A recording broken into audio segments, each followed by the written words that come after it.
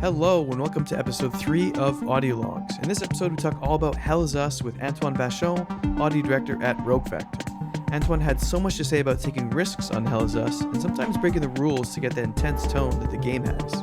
We spoke a lot about what it means to work in a smaller game studio and the kind of flexibility that comes along with a tighter collaboration.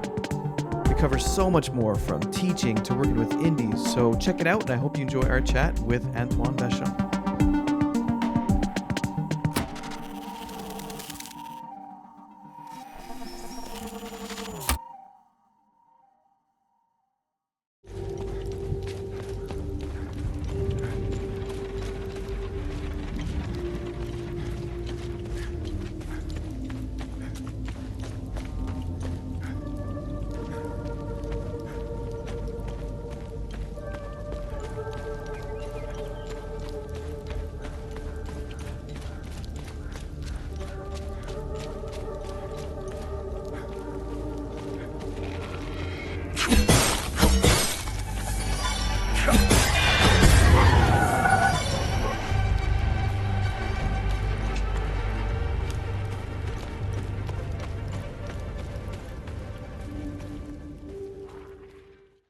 Welcome to the podcast, Antoine. Thank you for having me. Yeah, how are you doing today? I'm doing great. Yeah, Had a pretty intense release week, starting Monday last week, and now just enjoying watching the reaction of the players. right. Yeah, you just get to take it in and experience the joy of just this part of production, and you can forget about the rest of it. Yeah, We're also like doing a bunch of postmortems and trying to figure out what we did right, what we want to improve for the future. So that's also a pretty exciting part of this phase of development. yeah. Well, that's a great thing, and I think we have questions on that later that we can definitely dive into. But yeah, I think Dan, maybe if you want to ask a question, you want to start this off. Sure. Yeah, I guess before we dive into anything too deep or Hell is Us, Rogue Factor, and recent, could you tell us a bit about what drew you to the games industry and sort of like your path to getting where you are right now? Absolutely. I started very young. I think when I was like, well, my parents like to tell when I was 2 years old, I was already playing PC games. I was back in 1990. And then as a kid, I just developed a passion for video games. I've always been really into RPGs. And I think the biggest game that was like the one that like a lot of people is the Final Fantasy series. Once I played that, listened to the music, everything, I was like, this is what I want to do. So I think I was probably like 8 year old, and I already wanted to be a video game music composer. And I was always drew also to like survival horror games later when I was a teenager. Anything that had like a lot of layers, a lot of darkness, a lot of introspection. That's always been something that reached me deeply through my emotions, and I've always dreamed of doing something like that in a game, and to kind of like create some of those emotions in other players, in other people. So yeah. Right on. And you mentioned being like drawn to being a composer right off the bat as like a kid, basically. So it's interesting, like you followed through in that sense of like sticking with the audio side of things. So Yeah, it's and interesting. and the beginning of my career in video games, I've mostly been a video game composer before. Mhm. So basically, around 12 years ago, around 2012, I started working with indie companies, Uh-huh. released games such as Mages of Mysteria and Rainbow Billy for indie developers in Montreal, where I crafted all the soundtrack, and we're talking like 4 hours of soundtrack per game. We're recorded with a full orchestra, with a video game orchestra in Boston. Working with musicians, creating those musical universe, discovering interactive soundtrack and the way we compose music for video games, and exploring that, and also taking care of the sound design through all that. And that's what led me to have a bit of expertise in all the different layers of audio design for video games. So voiceover, sound design, music production, learning to work with the other departments throughout all that. So yes, it started with composing music, which we often see as something like uh, in a development team, it's often outsourced or the composer's on his side and Hmm. composing. But my approach had always been, I'm going to take care of the audio for all the game. And considering I started on very small indie teams, that's something that was very natural to take place and say, I'm taking care of everything that's coming out of the speakers, and that's what led me to eventually become an audio director today, where I manage and oversee all the parts of the audio with a team. That's great. It's a classic thing of, someone starting out doing indie. It's just like they have to wear all the hats because they don't have the luxury of a massive team to, take on all the small details of things. So I think there's something to learn about taking on a smaller project like that, smaller scope, but you can do everything kind of thing. So yeah, very cool. And so you said those were kind of more RPGs, those indie games you were working on. What kind of stuff was it?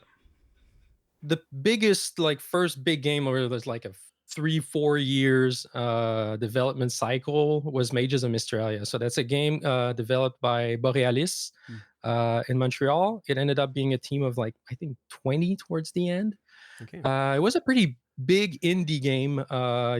It was kind of like a Zelda like, where you got to create and craft your spells. You would grab runes and then you could put them together, and every player could create different kinds of spells, and then you could embed other spells into the spells. So let's say you threw a fireball.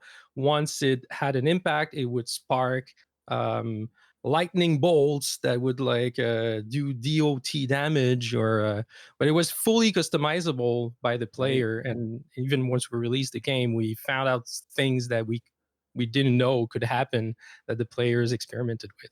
And Yeah. that whole Yeah. system was in a 10-hour Zelda-like adventure with a storyline and different environments.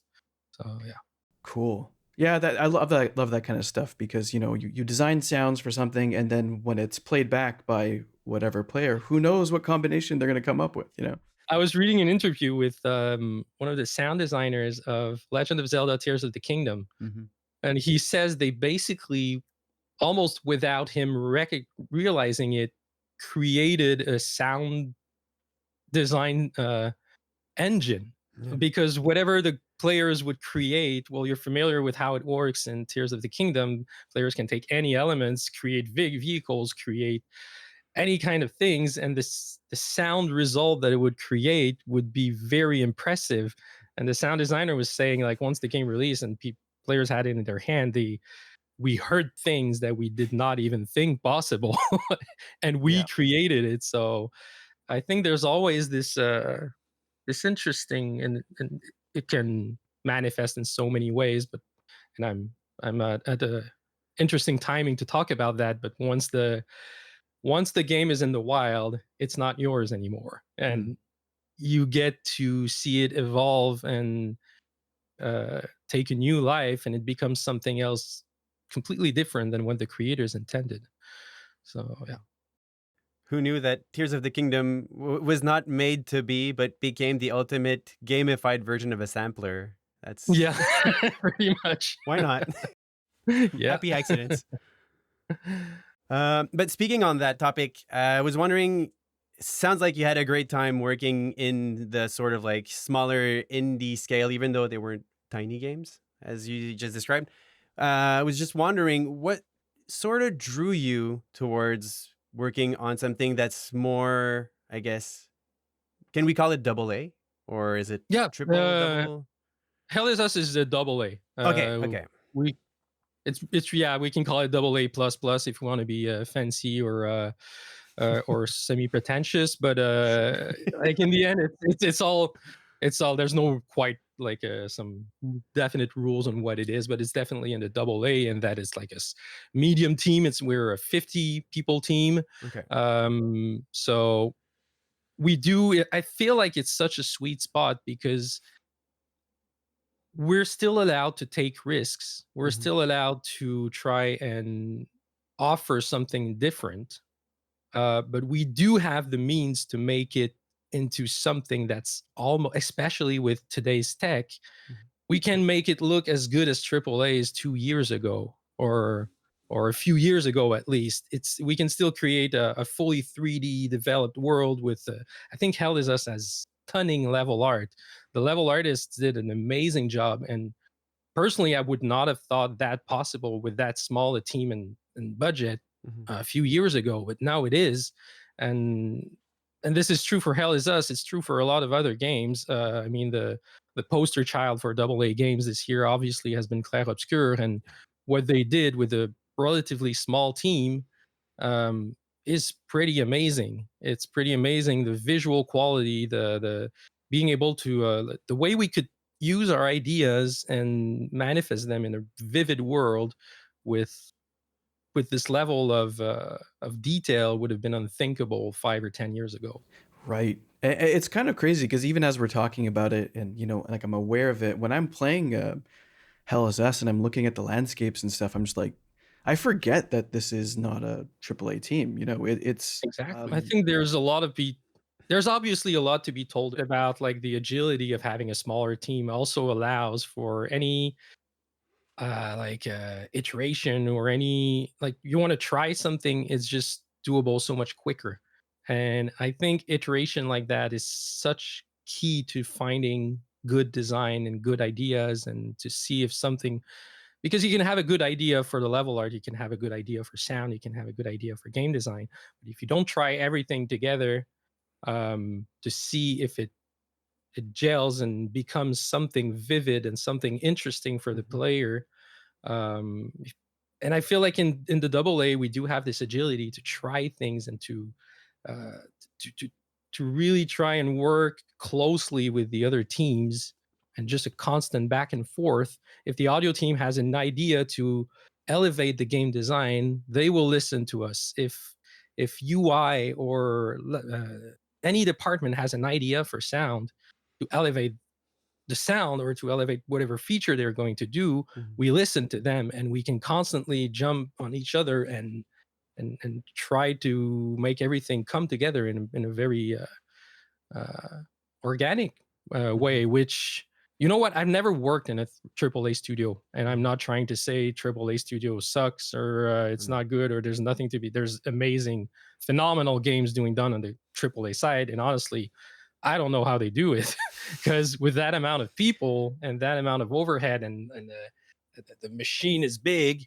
What we do see is that they make very good games, but they rarely take any risks, or they don't take as many risks. Mhm. And I think that's really where uh, double A games have the potential to shine, and to, I think it's the future of the video game industry, at Right. least short term and middle term. It's really where new ideas can come in and flourish. So going back to your circling back to your question, your original question, Danielle, what brought me to the double A from the indie?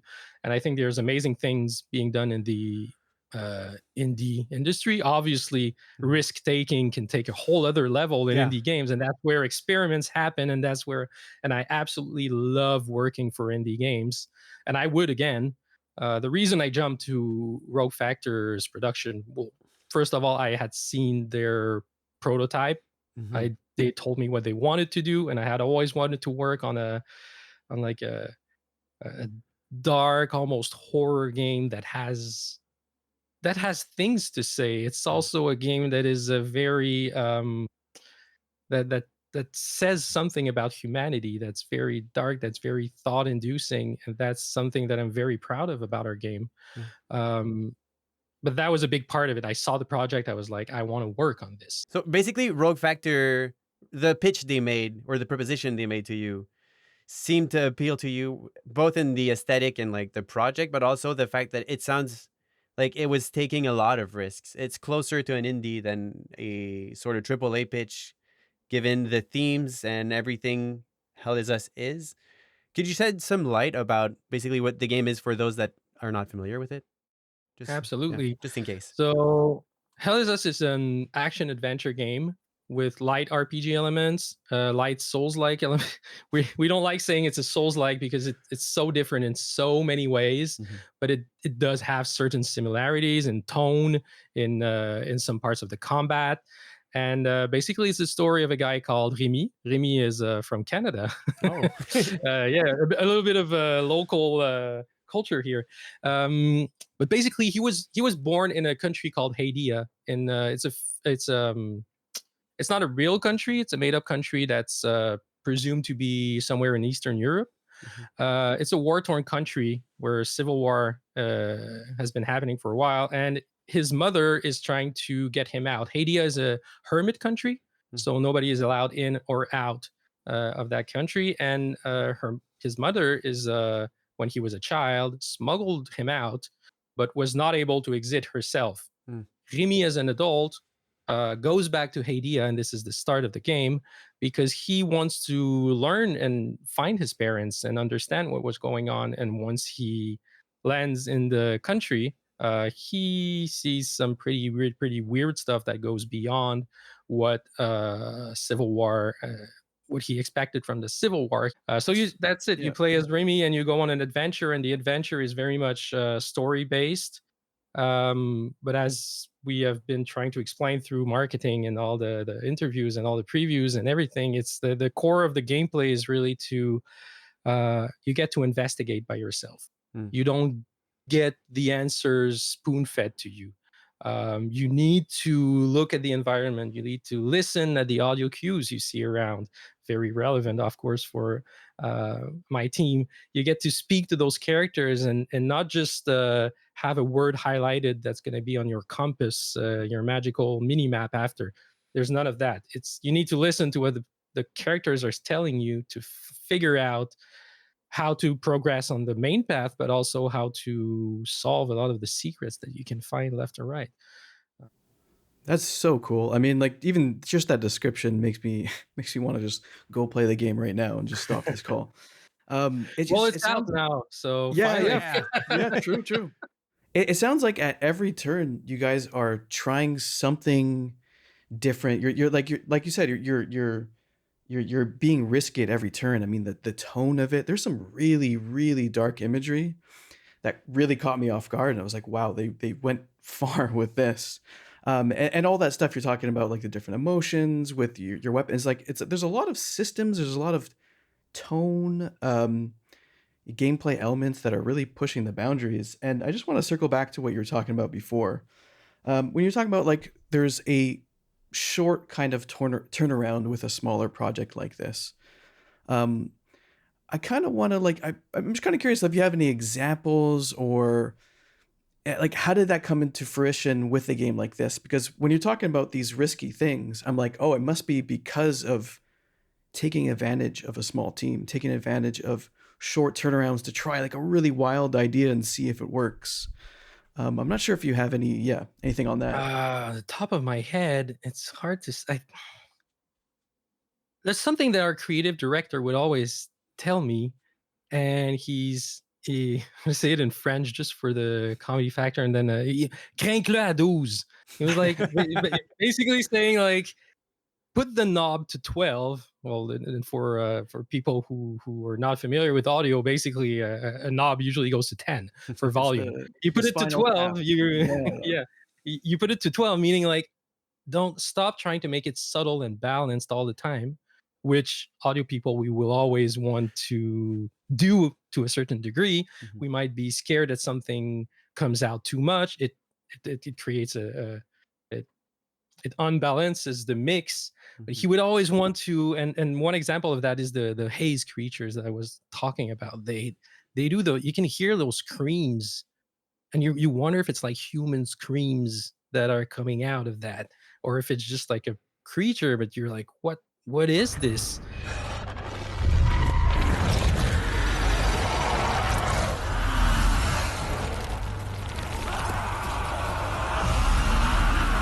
I would always try to keep it tamed down, just like and compare it to creature work from other games, and try to. In a combat, you need like battle cues. You need to hear the voiceover. You need to hear like so many things. It's very hard in battle. There's so much going on. You need to balance everything. And he would want me to put so many screams super loud during the whole thing. But you know what? We tried it. And then we tried different ways of doing it. It's dozens of iterations for those monsters. But we did have the luxury to do that. And on the other hand, we were working with the battle team every day uh, to make sure that the correct cues to for the player to understand that he's hitting, that he's killing an enemy, that he's being hit, that there's other mechanics to the hollow walker can send abilities to the haze, and so many cues needed. um, but we could constantly change not only the audio but the design of the combat. Oh, are we going to do the parries like this? Is the monster going to shine when he does that? We're trying a sound, we're trying it, and the constant back and forth that allows a very small team to work on a feature. uh, I felt was very helped the development, helped make the feature so much more interesting. It's nice to hear that audio played a role in sort of designing combat for the game. It's unusual to hear this, I think, and Yeah, it's and a great thing to hear.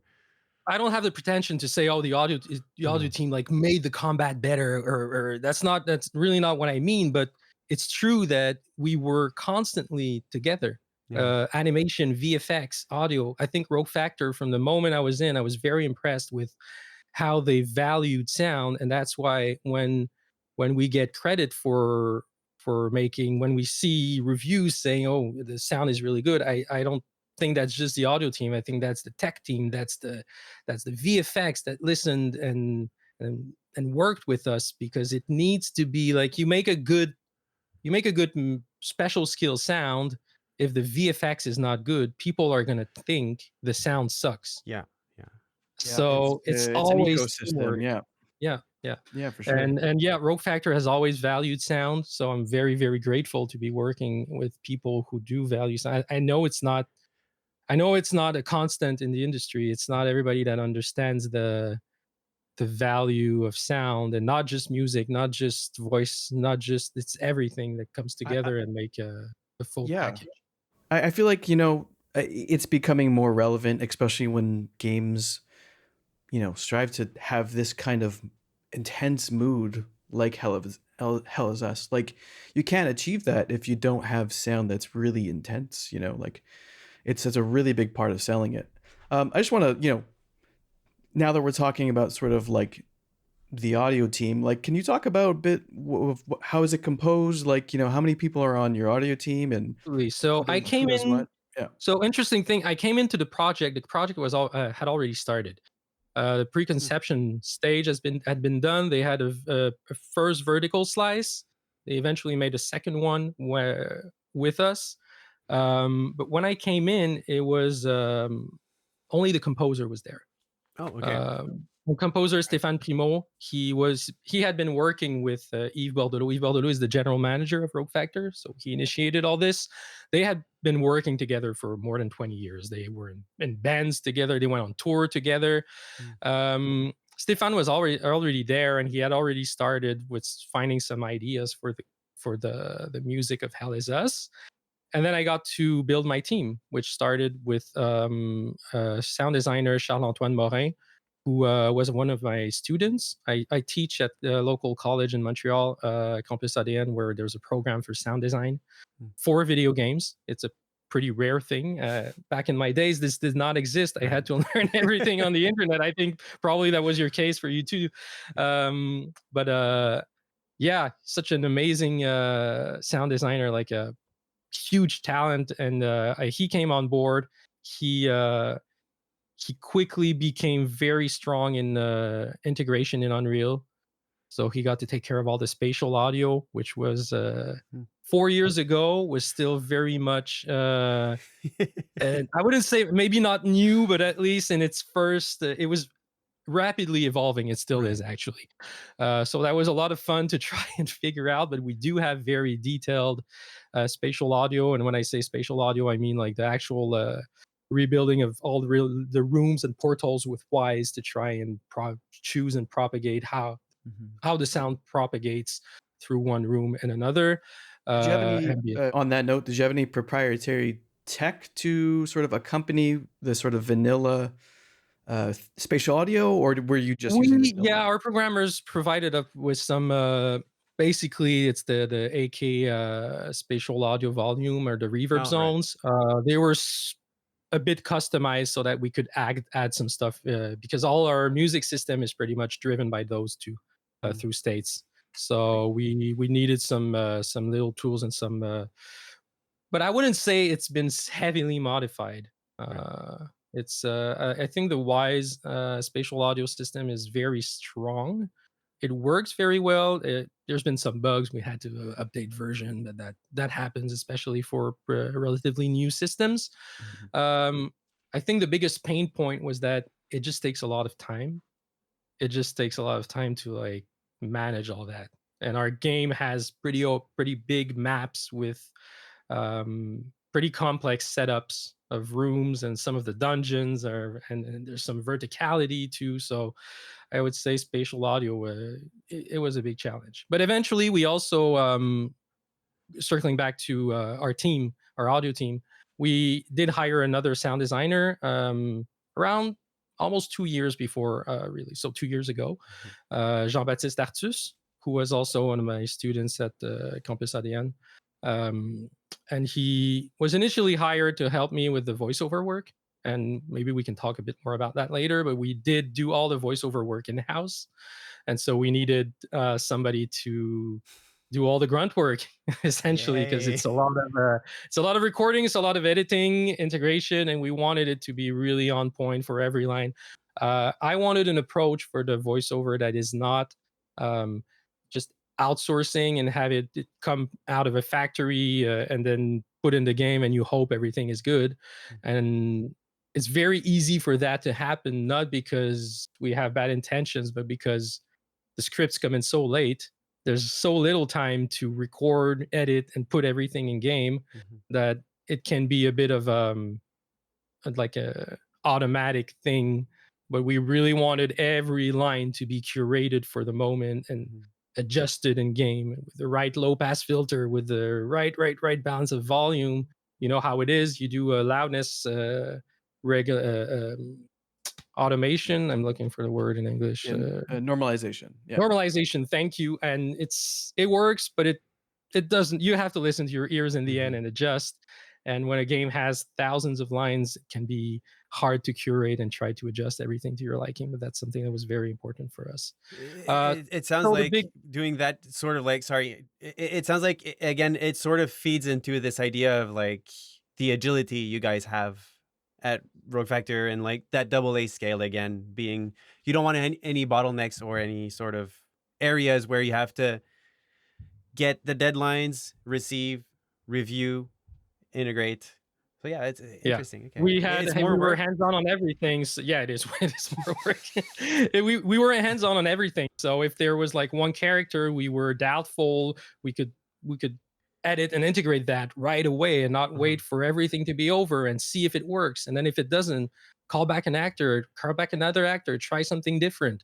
Try different takes, put them in the game directly, and just everybody on our team is able to use Unreal on our audio team. I mean, to use Unreal, to use Wise, to put it in the game, to test, and we can all discuss, and we're all familiar with all.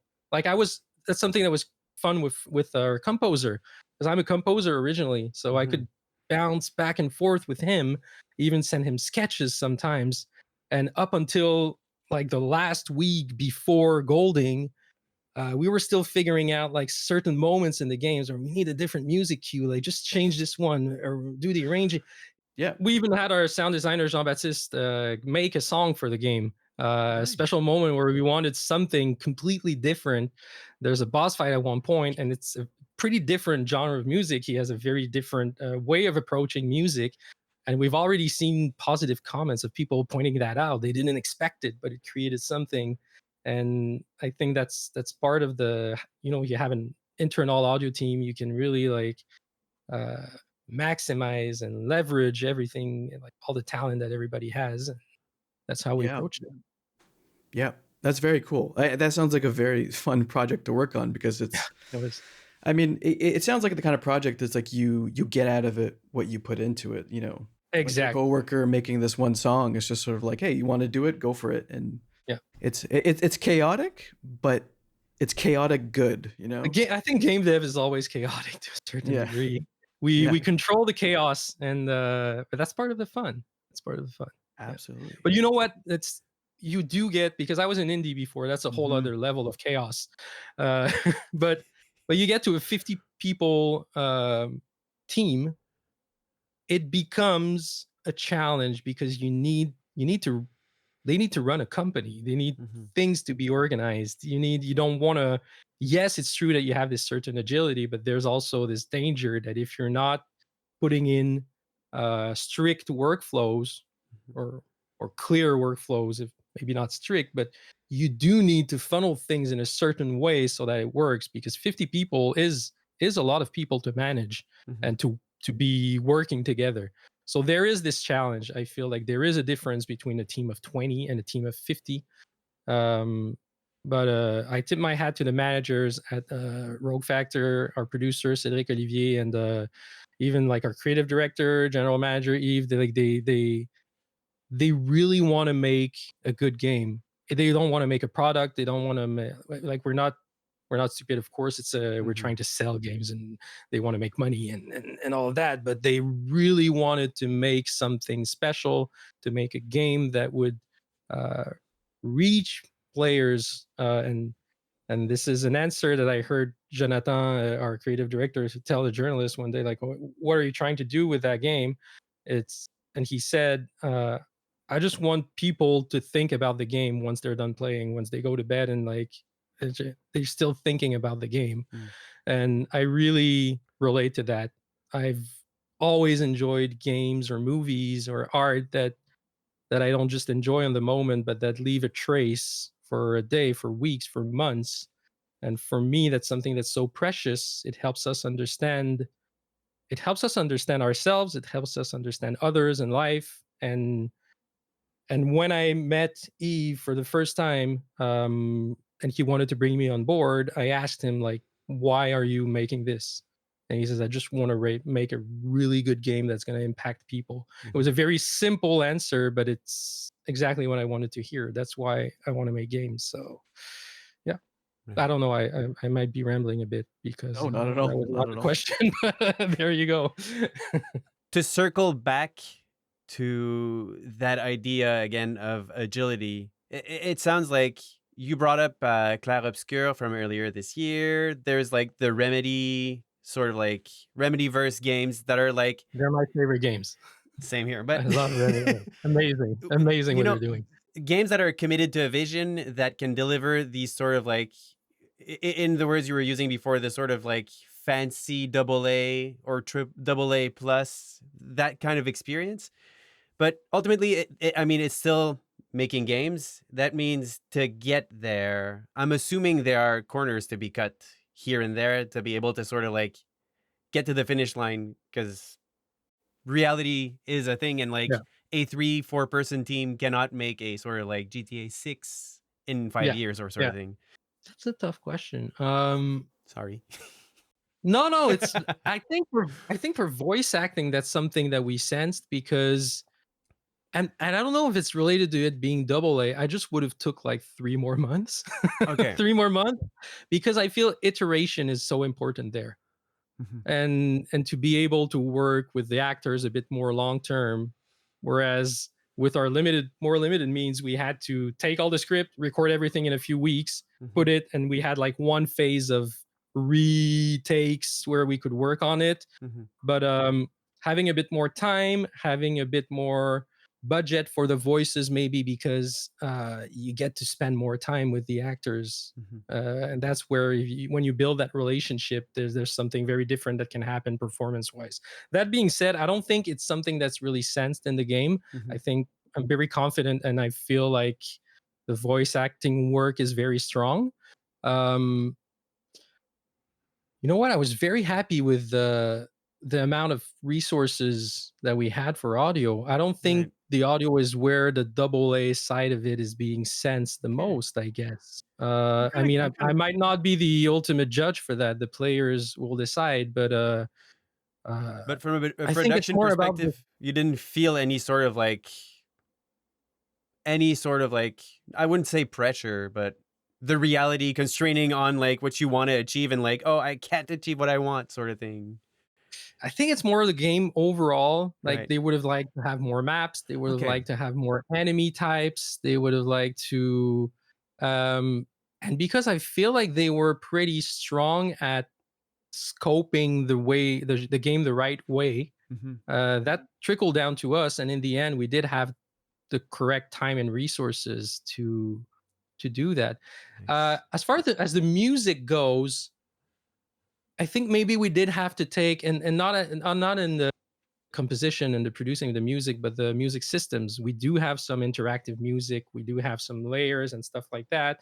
But I think with more time, more resources, we might have wanted to push that a bit further. I went to a music symposium organized by Audio Kinetic around 2 years ago, and it was so interesting. He was showing they were saying, "Oh yeah, we have 8 music editors," and it's like these people they don't even mix, they don't even compose, they don't even integrate. They just Cut. edit stems, part of a big matrix of horizontal and vertical music, and I guess in the future I want to go further in that. Um, we will never have 8 music editors. We will never have one music editor that's only doing that. Mhm. Basically, for Hell Is Us, I was the music designer. Right. Our composer is focusing on doing the actual music. He does have a very great ear for dynamic systems. He's a gamer. He understands all that. So we designed that together, and then I integrated through Wise. But most of the layers, most of the vertical interactive music we have are just like multiple baked versions of the same song, and we can just switch in real time from one to the other. Yeah. We do have some horizontal stuff where like you have a jingle that comes in on the right beat, and Right. but for future projects, if we can have a bit more resources, and by that I mean like having a audio team of 4 or 5, 6 people instead of an audio team of 3 or 4. Right. I think that's something that I would like to push further and really work with different like the actual stems from each song, and like maybe connect one of those instruments to one of the mechanics in the game, and really build that in an intricate way. I think that would be interesting. But then again, I don't know if that's really a double A versus triple A thing. I Yeah. think it's just you have a certain amount of time, you choose what really matters for the experience, and then that's Yeah. it. I Yeah, think that's maybe on fair. the mixing side, Oh. if we had more, like if we could have like somebody who would really focus on the mix and set up more side chain and doing things like that. Mhm. Like we did some, but every time you make some big swings for the mix, there is so much to adjust, so much to Yeah. adapt, and it's very like it's like you have this big card castle, and then you try to you remove one thing, and then you're like, ugh. Whereas if you have someone that's fully focusing on that and can really own that, Mhm. I think that's something that could improve. It's Um, it's interesting all the problems that you're talking about because from my perspective, sorry, it sounds like you did a great job despite small team, and all the problems that you're talking about. It sounds like bigger teams have the exact same thing because then all of a sudden their scope is bigger, and so where you would maybe be handling a couple of maps, they're handling like 10, and then yeah. whatever it may be. So yeah, I would say that it sounds like you handled it appropriately. Well, thank you. Yeah, It it felt like sounds it was a trick question in a way because playing the demo, replaying the early hours of the game, I was trying to find these like areas where like, oh, they didn't have time for this or that, and just be overly like basically using a Yeah. microscope and be like, okay, where were sort of like the corners that were cut? And I was I not could finding we could anything we that was could pull obvious. up I was like like, the okay, well, let's ask it anyways and like see if yeah, so turns out like I don't know, some crazy we could answers. pull So up yeah. a moment of the game. I could point out everything that we would like to right. tweak a bit Yeah, Yeah. more, of course. everything we could. But I think Yeah. we I and that's my job as an audio director, is like seeing it from afar and thinking, what is the player going to notice? What is going to Mhm. impact him emotionally and make him understand the game Yeah. in the right way? And then Right. you make those choices and you accept. And like I mentioned, I also teach. So a Hmm. lot of my students are actually playing the game right now, writing to me and like, how come you didn't do this like that? How come there's a bit of phasing there? This is like, and that's totally fine. That's where they are Yeah. in their learning, and It's they awesome. should do that. And every time I'm like, well, if you knew how many of those things we had to solve, and if the one thing you're pointing out is this waterfall that's not quite the attenuation curve that you would expect, I think we're good. Yeah. I think we're good. There's something profound in what you just said, because in that I feel like sometimes it's really important to have newer people in teams, more juniors, because they don't have a frame of reference yet of how the audio development for a game, happens and what goes into it. Sometimes there's like, oh well, games are made by so many people that therefore it must be perfect. And then from your perspective, from all our perspectives, we know it's just not that way. Like you're gonna have those weird sounds that didn't quite work, didn't have time to get to it because of scoping issues and all that kind of stuff. Um, yeah, so it sounds like because it sounds like you brought on a lot of juniors on your team. And that was Yeah, by design. yeah. I came in. I have this experience, this baggage. I have the composer Stéphane, who was already there, who has 20 years experience, and he's a senior by all means. Um, it's very, when I started teaching around 4 or 5 years ago, it's something that's very humbling. I find I have learned so much from my students. They come in with new ideas. They come in with new perspective, with new tech. They work in different ways than I work. Um, I have learned so much, and they come in and they create this they add this energy and this perspective. The longer you are working in a field or on a certain product, the more you get tunnel vision. Mm. I think that's something that you two are probably very familiar with, especially in audio. I feel like you listen to a mix over and over, your brain and your ears get used. They get used to Mm. stuff, Yeah. and then you don't hear anything else. You don't see the faults. You don't see. So you have somebody coming in, and especially Jean-Baptiste, who was the last to come in, and we were already well into production. Like most of the maps had been uh, made, the sounds were all there, everything was working. We were basically getting him in for voiceover editing, and then whatever new features we would have in the last year of production. And he ended up giving us so many good ideas and bringing in so much. And he has his stamp is on the game just as much as the people who had been on the project for 4 years. There's something very valuable to bring in younger people later in the process. Yeah. Yeah, that's beautiful. Yeah. I do want to just get into maybe we're backtracking a bit, but talking about scope. You have a smaller scope compared to bigger games. It sounds like maybe you had the opportunity to actually dive further into certain aspects, and one that I'm really curious about is kind of you know narrative audio in more of a sort of environmental sense. I mean, was there a lot of sort of environmental storytelling, and did audio add to that in the game? Absolutely. Um, there's the first, you've played the demo, right? Or you've played like Yes, the yes, yes, yes. beginning of the game. There's this part where you meet the first character. Well, first of all, his voice already gives a tone to the whole thing, and Yeah. then he tells you go to the forest, blah blah blah, and follow the chimes. And this is the first time we tell the player, keep attention, like pay attention to sound because it's going to be relevant. And you go, and it's not a complicated puzzle. Like even probably without the sound, people would be able to figure their way out. But it's still saying the chimes is one of many. We didn't want to have chimes all over the world either to tell you like this is the path. It's not the yellow paint of Hell Is Us, but it's saying if you listen, there's always going to be something. It's relevant to the gameplay experience. We're telling that to the player, and then throughout the game, it's a bunch of things. It's the sound a dog makes in the town. It's the a sound of a bar. I mean, barks are not new, but it's still very much a part of the game. It's you hear somebody crying for help. You hear And a lot of it is weird things that are not necessarily gameplay related, but things that will put into monster sounds, put things that will put into there's the first character in the game. He tells you that when he was a kid, he would go to the terror and he would hear those wailing of, and when you get there, if you listen carefully, you can hear those kind of wailing. You don't know if it's the wind, you don't know if it's a creature, but it tells you, oh, so that's what he was talking about.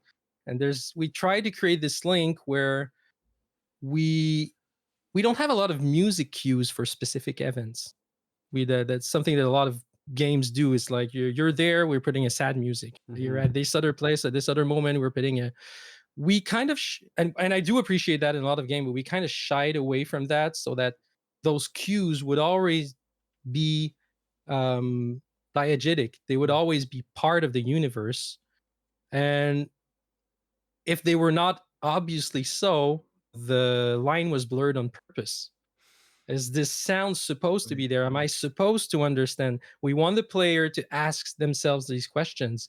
And that was something that came from game design. That was something that came from our creative director, that this is supposed to feel all organic and remove a lot of the gamey elements, and have more environmental storytelling. It's interesting that that sort of like the big sort of like catchphrase that was attached to the game as soon as it was released, I mean revealed, being that sort of like we're not going to hold your hand sort of thing, where like you're going to explore, pay attention. There's not going to be a mini map with the markers, and essentially this sort of like designed by subtraction to see how it played. It trickled down basically into like all of the spheres of the game. It feels like, because I wouldn't have expected to be like, because of this decision, we are going to rely on what is already in the game. Say like an ambient emitter that would be just like for immersion's sake there. But because you remove the sort of stinger that says like you should be sad, this becomes like a sort of narrative device of like, okay, there's something sad here. It's not the music that's telling you. It's that sound that would have been there anyways. So it sounds. I mean, it's elegant. I think. Yeah, for the music design, it was such a challenge when I came into the project, because I love to have intricate systems that always follows what the player does. Mhm. And for our creative director, it kind of went against that concept of this. This is what he calls player plattering. Instead of silver plattering, it's the player who is the instigator of whatever is going to happen. And if coming somewhere, you steal the revelation of, before you put a special song, you put something before the player makes the realization himself, then it goes against that concept. Mhm. But we still wanted the music to accompany the player. Yeah. So there was a very tight, fine line where, yes, we do have dynamic music that adapts when you. So a very, very simple answer. Okay. Yeah. A simple example. It's a very classic system to have ambient music for the exploration, and when you go into combat, you have vertical music that comes in, and it's just the melody, the harmonic progression just stays the same, and you add more layers. Mm-hmm. But then, depending on a game, it can be something like whenever an enemy sees you, it begins. Yeah. The combat layer begins, or it can be once you engage the battle. And in Right. our case, this is a very simple example because the answer was very simple for us. But to follow this game design philosophy, it's really when the player engages that we switch the music. It's Uh-huh. not when we have stuff going after us and you Oh, didn't. So see. it's always about player agency and about what the player does and what he inputs into the universe, and then we follow that with the music. Right, so that's fitting with the whole narrative, with the whole like finding your objectives. It's just like, hey, we're gonna supply you with a lot of information. You do with you the actions you take will dictate where this is going, kind of thing. That's super interesting, yeah. And I feel like there's something about letting certain non-music audio cues to take over, let's say, that gives the player a bit of like, I don't know how to describe it. They feel like they're smart a bit, maybe, right? They enter a location. It's not music that's telling them it's scary. Maybe it's just like some really ambiguous, weird sound, which there's a so much ambiguous weird sound in this game. Yeah, yeah. And maybe it makes them more aware and sort of like, oh, if they hear that, then what if I go around this corner? What sound's going to be? They're just going to be, their senses will be heightened because you've set that standard. And I think you do that really well in this game. And there's a lot of sounds that's it sounds eerie, it sounds weird, and the player asks themselves, but a lot of them are just animals. A lot of them are Really? just Right. nature sounds. Our sound designer Charles Antoine, who worked on a lot of the atmospheric sounds, the ambience, he loves to go in nature and record his own sound and records this like, and he puts these on and he puts them in the map at the natural place that we we would make jokes at one point that we should have a mini game where you can collect and put all your bird sounds in a little journal, and it was like because it was so intricate and detailed, how to a degree that at one point I had to tell him like, that's cool, but we got other stuff to do. Yeah, Like, yeah, yeah. we have a game to no, but it's super cool because there's so much attention to details that players will not know the degree to which we went, Mhm. but they do feel it, and it Yeah. and when you have something that already feels vibrant and real with so many organic elements like 90 kinds of birds in a map, Yeah. um, then when you insert something that's slightly off-putting, it just Mhm. has so much more impact. Yeah, and there's plenty of that. Like the sound palette is like it's surprising, because if you tell someone make weird sounds, I feel like there's like almost like this collective idea of what a weird sound is. Like you quite honestly do stuff that's unexpected. I think there's like in the world there's like this huge haze blob thing. Maybe you can tell me what's that's Is it like called. a dome? Is it the Yeah. trauma thing?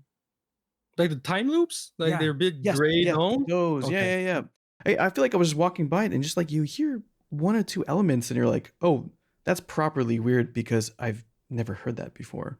And not just because it fits this kind of aesthetic of weird. It like And it had not is only weird. to be weird, it had to be recognizable because Right. that's something that's related to other game design elements that you find elsewhere. And I don't want to spoil this whole thing, so I won't say too much, but you do have this sound become something that you look for. Mhm. And so it has to be weird, but it has to be weird, distinct. And it's funny because I read something on a message board like when you do, so those are time loops, you can actually close them. Yeah, no, Okay. you can actually unlock them first, and then you can go in them, and then you can close. But whenever you unlock them, you can be very, very, very far from the time loop. It's something that's like map wide, puzzle map wide to solve. And we wanted a sound that would resonate throughout the whole map Oh, and be very recognizable, so that you knew that somewhere in the map something happened. And that's something right. that's we don't really like hold the hand of the player to for him to know that. Um, and I kept telling one of my sound designers, Jean Baptiste, like, put it loud, make it resonate, like think. And I was giving him references. I was like, listen to the smoke monster in Lost.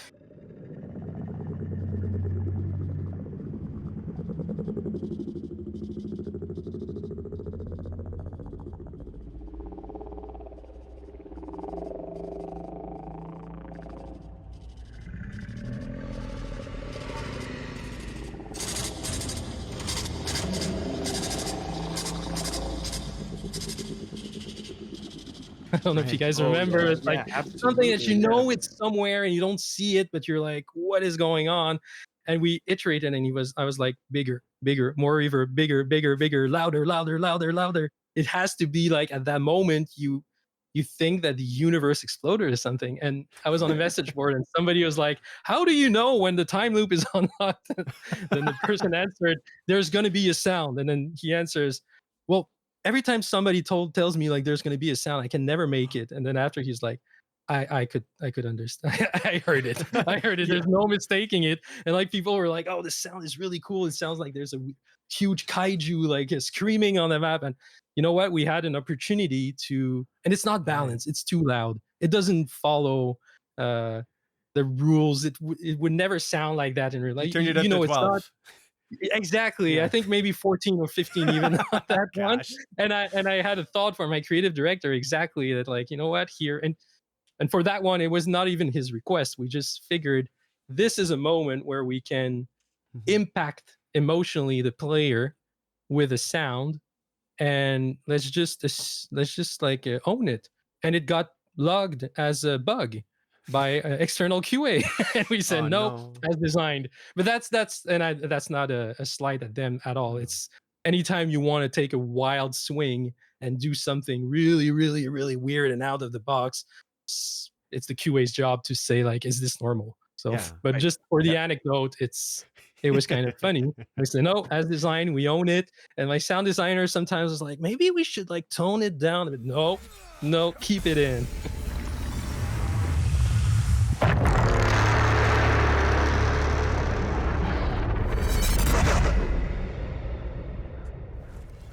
I think the Lost example is a great one because, yeah, the smoke monster in Lost has like it's for me it sounds like a fax machine, or It's there's kind some of like weird, and you're like, why is this even happening? mechanical, Yeah, otherworldly. You can hear yeah, it like take down the trees, even if you don't see it. You can hear it like, and you yeah, have no yeah, yeah. idea if it's organic, if it's mechanical, if it's from outer space, Mm. and there's something really amazing, and that's something for Hell Is Us. Is there? It kind of leans into cosmic horror a Mhm. bit. It's never said that it's aliens, and it doesn't really matter in the end. It's because cosmic horror is not necessarily about aliens. Mhm. It's about seeing something that's so disturbing because we don't understand it. Yeah, that Our unknown. creative director, Jonathan Jacques Beltête, I saw him in an interview talk about nuclear energy, Mhm. which is that ties in obviously with the war.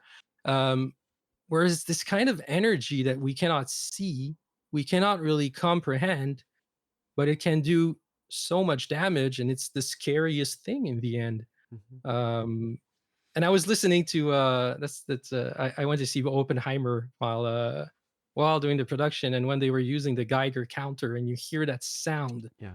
the Geiger counter sound, it shouldn't be scary. It's not a scary sound in itself, but because you understand and you don't understand at the same time what it is and the implication it has, I find it like it's one of the scariest sounds in the world. Mhm. Uh, and Right. that's Yeah. something that we try to integrate in different ways. And yeah. 'Cause it Right. Because implies so sound. much Yeah, That's it. and Yeah. without being scary.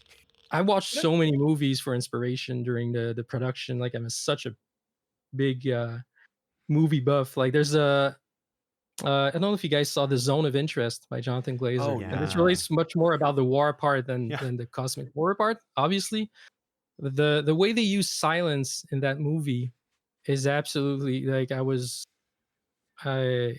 yeah, I was really impacted with that. Mhm. The way they show the complacency of horrific things depicted just by being on the other side of the fence from the concentration camps. Actually, I was floored by that movie. I thought it was Such a strong uh use of yeah. thematic material with audio and They would like zoom on a yeah. flower for like 30 seconds, 1 minute for with like with no sound at all, Mhm. and then you're like, shit. It gives you the time to think and the time to reflect on everything, Yeah. and to really show things in a position. Really, yeah, Yeah. striking. Yeah. Totally. It feels like it was a sort of reusing some of the techniques from his previous film, the Under the Yeah, Skin movie, which yeah, was yeah, way yeah, yeah, more cosmic horror, new yeah. weird y, Absolutely. but framed into something that was like real life horror. So it's interesting to be like, okay, well, there are, even in a movie that seems so distant from at least the tone and the genre that Hell is Us is, it's still a sci-fi action RPG game, to be like, well, Zone of Interest has had its impact on the approach or just the language of it. So it's, I don't know. It's interesting to me to hear, like, I wouldn't have expected that when I was asking about influences to be like, oh yeah, Mm.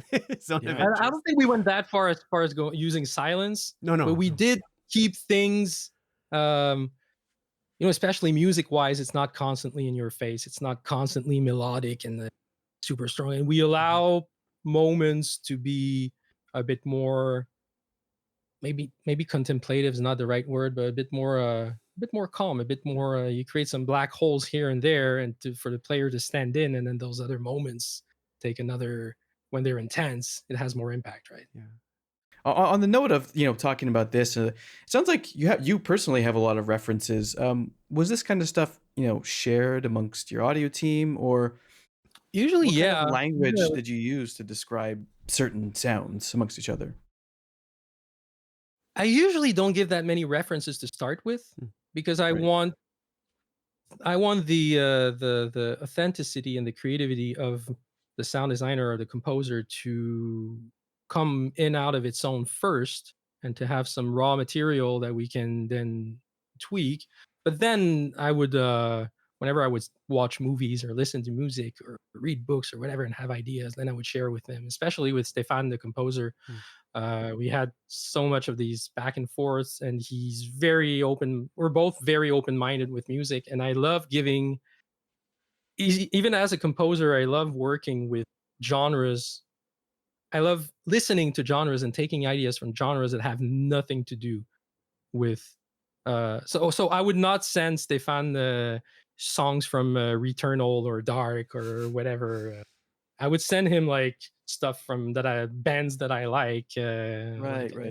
this Radiohead spin-off band called The Smile that I absolutely adore. Like Johnny Greenwood and Tom York are just geniuses. And I would send him a few songs and like listen to this kind of pattern, listen to this, and like maybe try to work something similar into, or just for the vibe, just for the emotion. Take the emotion, make something with different instruments, different patterns. It doesn't matter. We don't want to imitate. We just want to understand the core of emotions and how it affects us. And Right, then yeah. I gave him the freedom to elaborate that and to make him create something that's specific to Yeah. his style. You don't want to send the obvious stuff, because if you send the obvious stuff, you know that, okay, well, we're going to go down that road, sound like maybe a version of what already exists out there instead of a unique, weird thing that you can make yourself. Even Yeah. I gave the Lost Monster That's a example. great The, the one. That's a Yeah. the great one. point Yeah. was not to say make it sound like the Lost Monster, and it's not that at all. It's really just like speaking in terms of how do I want it to feel and impact. Yeah. And then Yeah. as audio professionals, we're all creative. We can all find ideas. Like that's not the part that I'm worried about. And that's something that, when you work with creative directors or you work with other departments, they do not have they often do not have the vocabulary. Mm. And often they don't want to give their opinion. They don't want to say something because they feel like they don't have the terminology. And I always tell them it really doesn't matter. That's our job. Mm-hmm. Tell me and talk to me in terms of emotions. Right. Talk to me in terms of what do you want as a gameplay feature, and we'll figure it out. That's on us. And obviously iteration again. I keep saying that, but it's such a big part of working with others and trying to find the answer. Yeah. It sounds like it's also very important to have this sort of understanding of how these discussions with creative directors and just the team goes when you're working on a new IP Oh that yeah. tries to do Yeah. stuff differently, because you can't rely on contemporaries and be like, oh yeah, we'll do like the, I guess, what is technically seen as the correct way of doing something, or like this should sound that way. And so yeah, no, it's great insights on the sort of crafting the palette and like the vibes that the game has without being afraid to see inspirations as tools, but not ultimately just copycatting like whatever they do. So yeah. Well, the vibes are immaculate in the game. I look forward to playing more of this. I mean, I was just playing it before, and I was just like, oh damn, I wish I could have finished it before talking to you, but that would have taken some time. But Yeah. yeah, really look forward to getting back to it. It sounds like we're at the end of it now. We have one last question that we would ask kind of everybody on this, and that is, now that you've shipped the game, it's done. What advice would you have to your past self that was maybe, and you can define when that is, maybe early production, maybe it's right in the middle of shipping, or whenever it would be. What advice would you have for yourself for this project? crank-le à 15. Oh, Like, crap. push it Nice. Yeah. I can push feel it that. even Oh, yeah. further. There are so many Yeah. games coming out. There are so many brilliant games. There are so many ideas. There's so much creativity in this industry. There's no reason to try and make a product and be complete and and just trying to make something that's going to please everyone. It's going to be great. It's going to be like a no. It's worth it to push ideas and push them further and further and further and make people have weird emotions. They don't have to think it sounds good. Oh, it sounds. Oh yeah, this is like a. This is something that my students often have a bit of a difficulty accepting. It doesn't have to sound perfect. There is no way for it to sound perfect. Mhm. When I teach them about music mix, I always put up like um, a My Bloody Valentine song from Loveless. It sounds like shit. It sounds like it's. I mean, it's Oh, man. arguable. I think it sounds great, but Yeah. for by following all the rules and that music mixing have been developing for decades, it's not supposed to be good. But Right. they pushed their idea and they didn't listen to the people saying no. Of course, you have to listen to feedback and parse through it, but when you do have a vision, you push it further. When it can be for one sound only, I took Mhm. the example of the time loop screaming through the whole map. But I think if I had advice for my younger self or myself from when I started the project, it would be don't be afraid. Don't be afraid to push those ideas. Don't be afraid to disrupt the player experience at key points so that the player has is not just surfing on his gaming experience. He's having ups and downs and he's being surprised. So yeah, I think that would be my answer.